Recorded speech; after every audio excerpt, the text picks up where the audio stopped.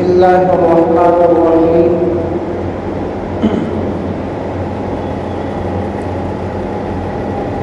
الحمد للہ رب العالمین والعاقبۃ للمتقین والصلاة والسلام علی سید الانبیاء والمرسلین وعلى آلہ واصحابہ اجمعین اما بعد فقد قال اللہ تبارک وتعالی فی القرآن المجید اعوذ باللہ من الشیطان الرجیم بسم اللہ الرحمن الرحیم وقال ربكم ادعوني استجب لكم ان الذين يستكبرون عن عبادتي سيدخلون جهنم داخلين عن ابن عباس رضي الله عنهما قال قال رسول الله صلى الله عليه وسلم من لزم الاستغفار من كل ضيق مخرجا ومن كل هم فرجا ورزقه من حيث لا يحتسب أو كما قال عليه الصلاة والسلام.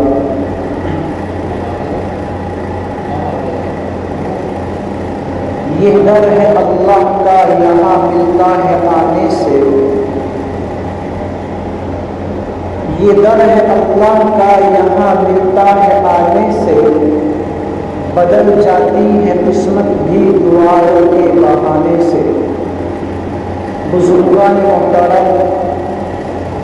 معزز سامعین کرام، آج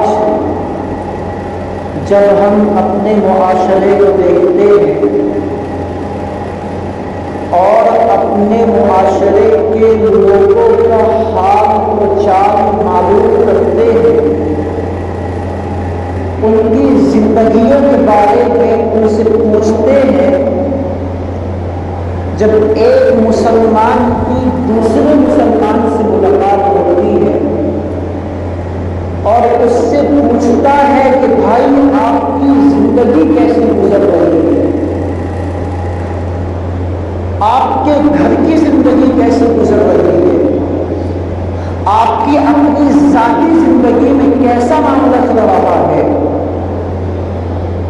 تو بزرگان محترم 100% انسانوں میں سے کچھ ہی فیصد ایسے لوگ ہوتے ہیں کہ جو پوچھنے پر یوں کہتے ہیں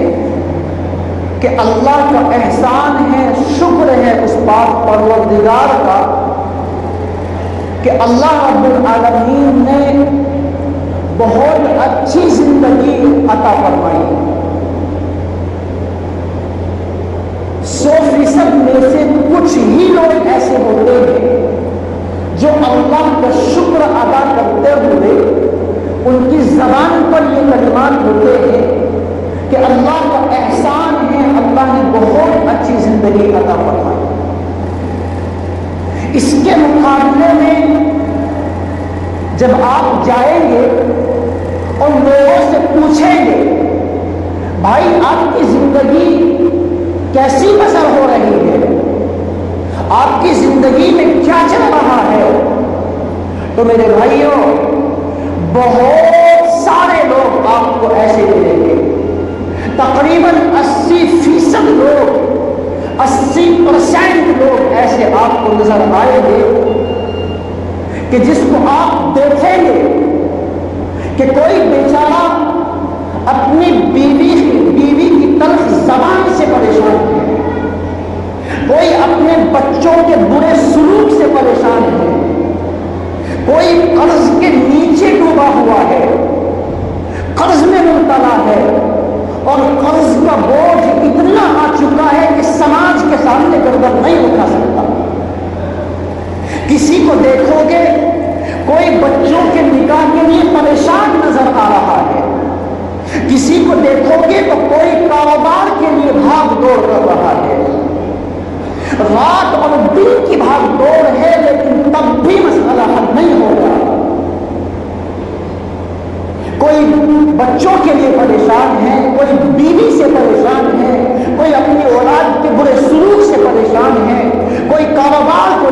پریشان ہے،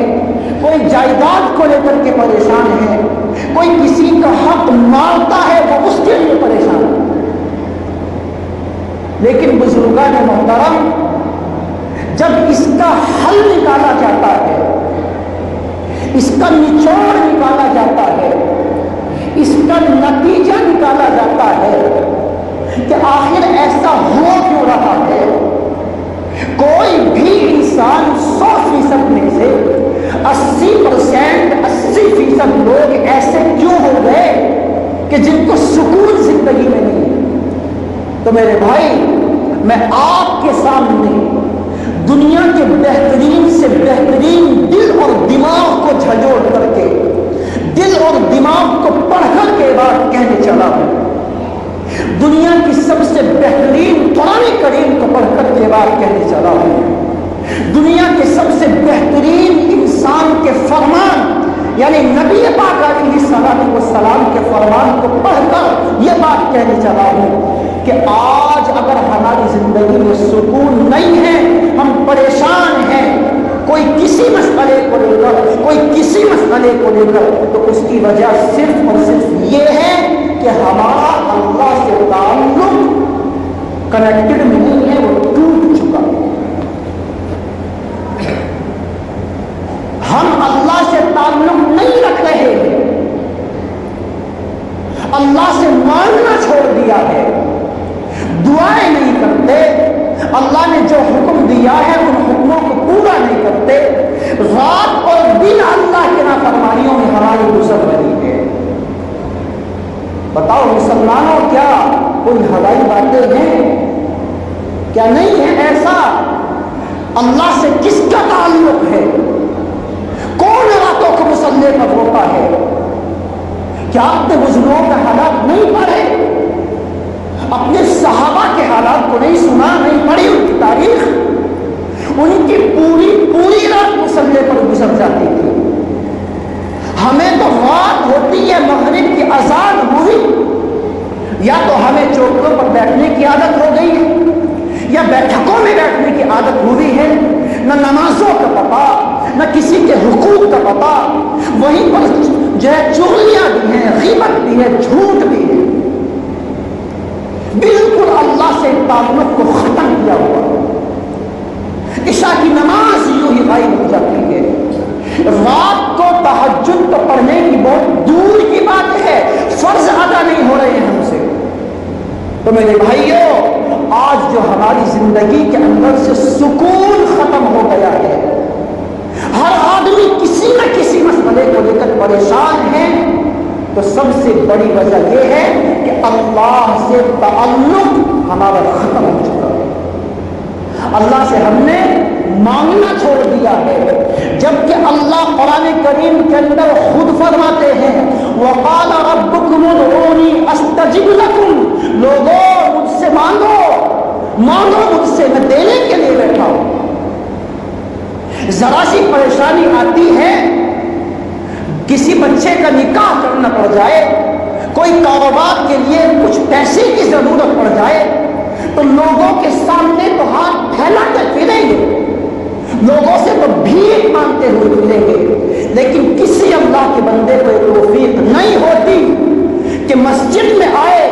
یا اپنے گھر پر مصلی بچھا کر کے 2 رکعت نماز حاجت کی نیت کر کے اللہ سے جو ہے نماز پڑھ کر کے اللہ سے اپنی اس ضرورت کو مانگے، اللہ سے بھیک مانگے، اللہ سے باتیں کرے۔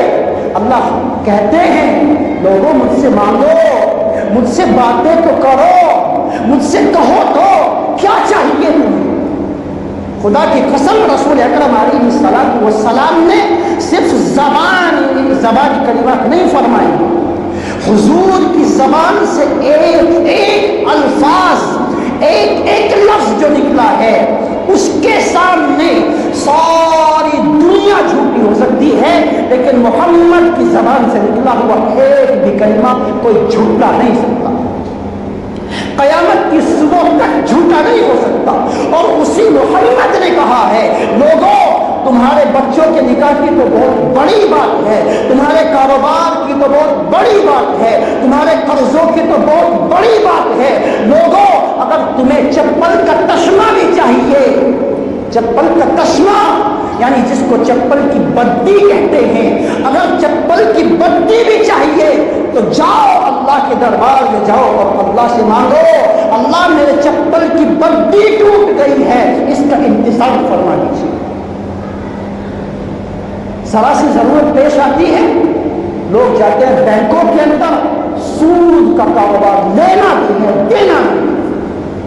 اللہ کے بندو، اللہ کے سامنے آؤ، اپنی ضرورت کو اللہ کے سامنے رکھو۔ خدا کی قسم آج ہم نے اللہ سے مانگنا چھوڑ دیا، تعلق ختم ہو گیا، دعا نہیں کرتے۔ فرض نماز پڑھتے ہیں، اگر ذرا سی امام صاحب سے لمبی دعا ہو جائے تو اسی پر تفسیریں کھڑے ہو جاتے ہیں، اسی پر زبان درازی شروع ہو جاتی ہے۔ بھائی آج تو امام صاحب نے بڑی لمبی نماز پڑھائی ہوئی ہے، بڑی لمبی دعائیں کی ہیں۔